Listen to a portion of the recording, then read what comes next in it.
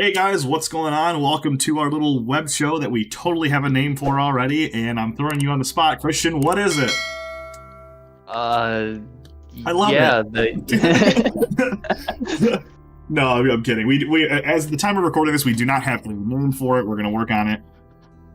This is just be a little 10-minute-ish web series we're going to do probably like once every week, every other week. Gonna have just a bunch of little random topics and stuff on it, but we're gonna have like consistent topics as well. Make sure you guys leave a comment. We can add your topics or whatever. Once you hear these topics, you might be able to comment on them, and then you might be in the next couple episodes. And we might have some people on it, or we will have people on this as well. But today, Christian is joining me for the first episode. He's like the co-host of this. Christian, how you doing, man? I'm doing great. I'm ready for some good Yu-Gi-Oh discussion. Yeah, for sure. So we're going to start off basically every podcast episode with the seriousness, and then it's going to get more fun as the podcast goes. And like I said, I keep calling it podcast, but it's going to be a web show. You can basically just throw this on in your car on your way to locals, whatever. You don't even need to look at the screen, but I'm going to have some stuff up on screen to help out the viewers if you are in fact watching it. So first things first, we're going to talk about the meta in every single episode.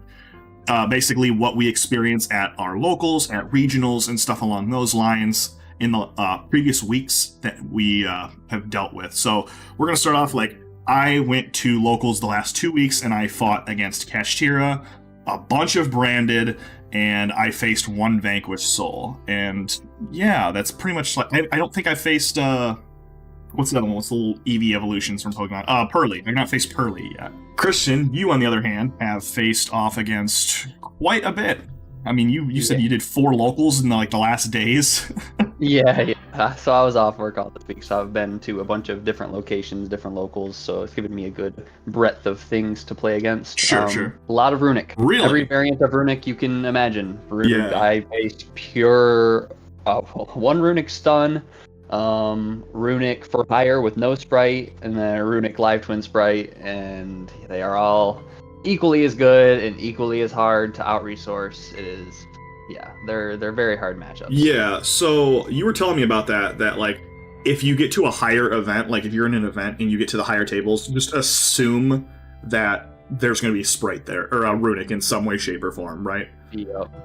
Yeah, like it's just ridiculous. It's such a splashable engine, and like the fact that like gigantic sprite, you like all you need is just a Runic card plus any level 2, and you can do the entire sprite engine or the live twin engine or can you do the for hire engine? I can't remember if you can do the for hire engine off of the gigantic. Either way, there's a lot that you can go into off of literally just Runic plus a level 2. So and the problem really lies in when they have access to 2 to 3 of the engines. If they can only access one, it's fine. But like, all right, so take this for example. Last night I'm at locals. There's I'm watching a match. I'm done with my match. It's branded versus Runic sprite for hire.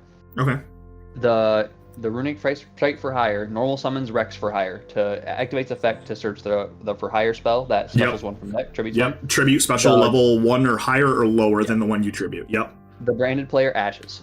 Okay. The sprite or the Runic guy then specials blue, makes Mannequin Cat, brings back that guy's ash, and then specials and then Mannequin Cat effect special red from deck. That allowed him to full go on his opponent's turn to draw, or on his own turn to draw 3. Usually full go you have to wait until your opponent goes first to pop a card in their field. Yeah. But so he ended with a Runic Fountain, a full go, Raphael, a Mannequin Cat, and drew 3 on his opponent's turn before he activated Runic spells or holy crap. It's insane. The deck they managed is wild.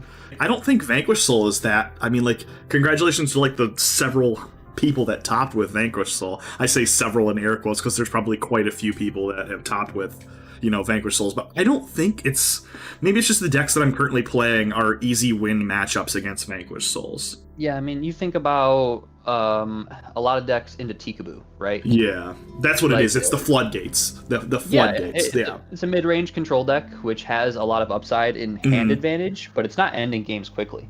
Yeah, I get that.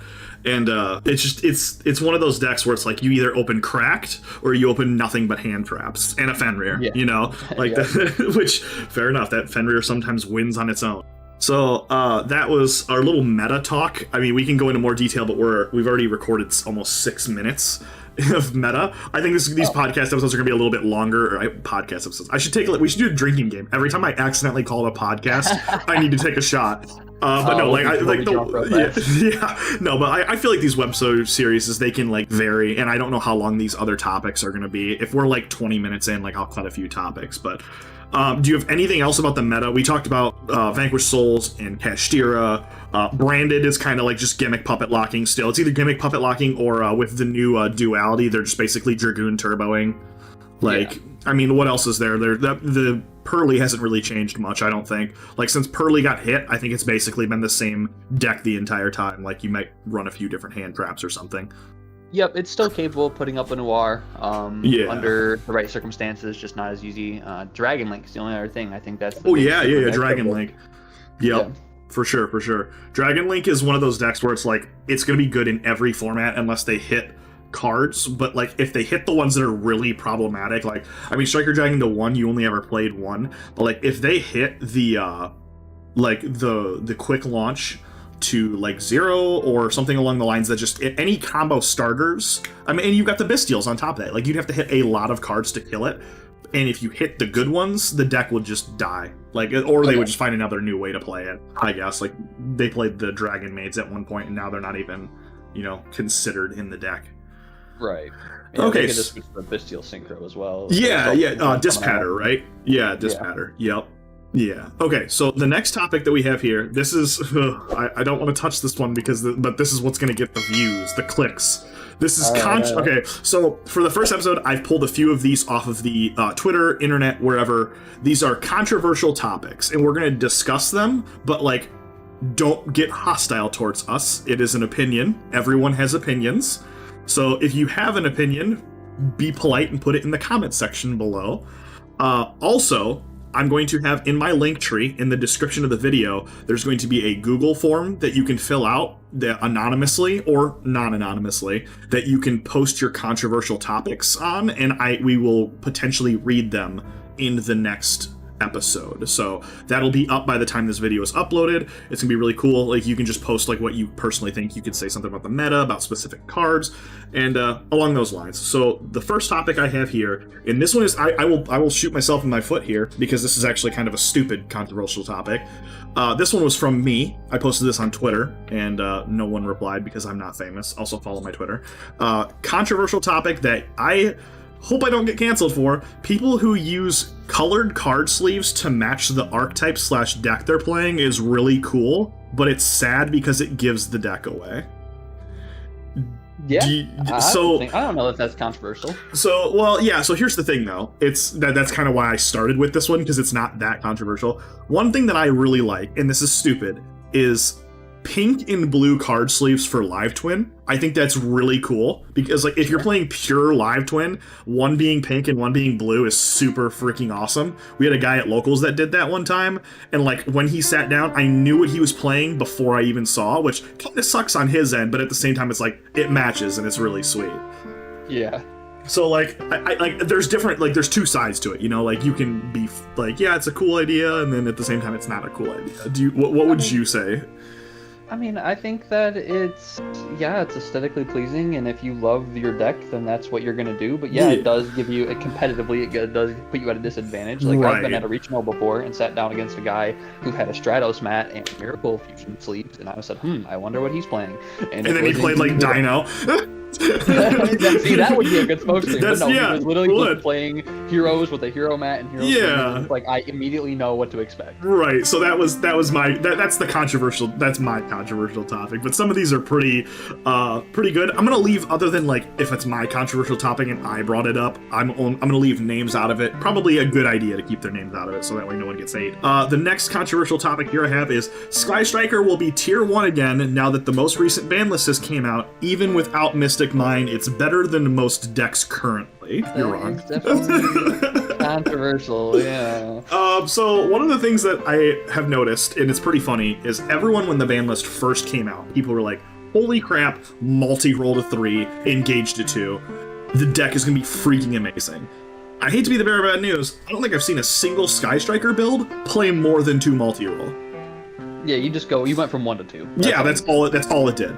And think I've maybe faced Sky Striker 4 times through ranked simulators in person, and I don't think I've ever gotten to a point where I'm like, yep, I lose. Like, it does the same thing, right? I think Sky Striker is just on the same plane as Vanquish Souls. Floodgatey? You have to play like a Floodgate version of it? No, I just think it's a mid-range control deck. Oh, like, okay. There's no, yeah. There's not high upside, really. It's just like, you get the right matchup, you get the right hand, you control and outpace your opponent. Right. The only thing that I think is, like, in the current format with, like, and I Noir being unaffected, Arise Heart being an issue, just I don't even know what else, maybe Mirror Jade, anything along the lines of a air quote boss monster, people are either maining or side decking kaijus of some sort. So like if you literally just kaiju their Hayate, they lose. Like all 4 of their back row are shut off, you know? Yeah, but in all fairness, a lot of people, the current Striker builds are playing like Dark in the main deck to steal that's true. Boss monsters. Also Chaos Angel. Yeah, yeah, you're right. They're kind of adapting. I can understand why people are hyped on it. I just think it is definitely overhyped. Yeah, for sure. I totally agree with that. Wow, these are very professional. There's no like, screw you, dude. No. Okay, so our next one here is Max C makes Master Duel or Yu-Gi-Oh! Master Duel more fun. It takes more skill to play through it than any Floodgate, and why we need it back at 3 in the TCG. You're wrong. You are, yeah. Invalid opinion. Yeah, all right, we're gonna go to the next one. No, I can understand it. Okay, so if you're going first and you do a full combo, like then we're not going to go into huge detail on this. This is just my idea. It's one thing if you go normal summon something to do your combo and someone chains Max C. Sure, you can do your whole combo and they end with a bunch of cards in hand. That's understandable. The suck part is when you do full combo and on a really powerful board, pass it to your opponent, then you drop Max C. Like, it's like, hey, break my board, and if you somehow do through all of my negates and huge board, I'm still drawing a bunch of cards off of this. That's what I think makes Max C incredibly unfair. Yeah, no, that's fair. So, yeah, that's my personal, like I said, personal opinions. Please take all of these with a grain of salt. Don't get mad. It's just a game. It's just a children's card game that's expensive for no reason. Do you have any takes on this? To play? Right. That No, not really. All right. I'll move on to the last controversial topic then. You know what? No, we're gonna skip that one. We're gonna skip it because we're already at 13 minutes on this, and I don't want to get into more controversial topics.